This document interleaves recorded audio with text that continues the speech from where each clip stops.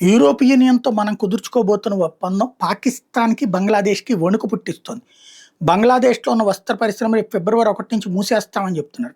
ఇటు పాకిస్తాన్‌కి కూడా వణుకు పుడుతోంది. ఎందుకయ్యా అంటే, చైనా వాడి చెప్పు చేతల్లోనే ఈ 2 ప్రాంతాలున్నాయి. బంగ్లాదేశ్‌లో ఉన్నటువంటి అనేక బట్టల తయారీ పరిశ్రమలు 100కి 99% చైనా వాడియే. చైనా వాళ్ళ పెట్టుబడులతో బంగ్లాదేశీయులు ఉద్యోగులుగా పనిచేస్తూ, కార్మికులుగా పనిచేస్తూ నడుస్తున్నది.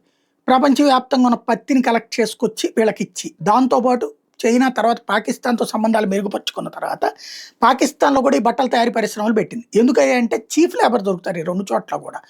చైనాలో ఒక కార్మికుడికి గంటకి $8 ఇవ్వాలి. పాకిస్తాన్‌లో $1 ఇస్తే సరిపోతుంది. బంగ్లాదేశ్‌లో $1 కావాలి. అంటే $1 అంటే 80 ఇప్పుడు మనకు ₹90 అనమాట. ఇలాంటి స్టేజీలో ఇప్పుడు ఏం తయారు చేస్తారు ఈ పత్తితో? బట్టలు. తయారు చేసేదేంటి? Top brands. ఎక్కడికి? విదేశాలకి. ఎక్కడికి? యూరప్ దేశాలకి ఎగుమతి చేస్తారు. ఇప్పుడు యూరోపియన్ యూనియన్‌తో మనం ఒప్పందం చేసుకున్నాం. మోడీ ఈ మధ్య కాలంలో పీఎల్ఐ కిందన చైనాలో ఉత్పత్తులన్నిటి ఇండియాలో తయారు చేయించడం పెట్టేటప్పటికి పెద్ద సమస్య ఎక్కడొచ్చి పడుతుంది అంటే ఇక్కడ ఎదురు దెబ్బ తగులుతున్నటువంటి సిచ్యుయేషన్. తాజాగా జరుగుతున్నటువంటి పరిణామాలు అవే.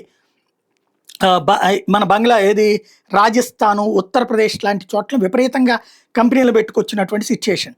దీని ఇంపాక్ట్ వాస్తవంగా పాకిస్తాన్‌లో టోటల్ ఎక్స్‌పోర్ట్స్ గూడ్స్ గానీ, సర్వీసెస్ గానీ $32 బిలియన్ ఉంటే అందులో $16 బిలియన్ టెక్స్‌టైలే.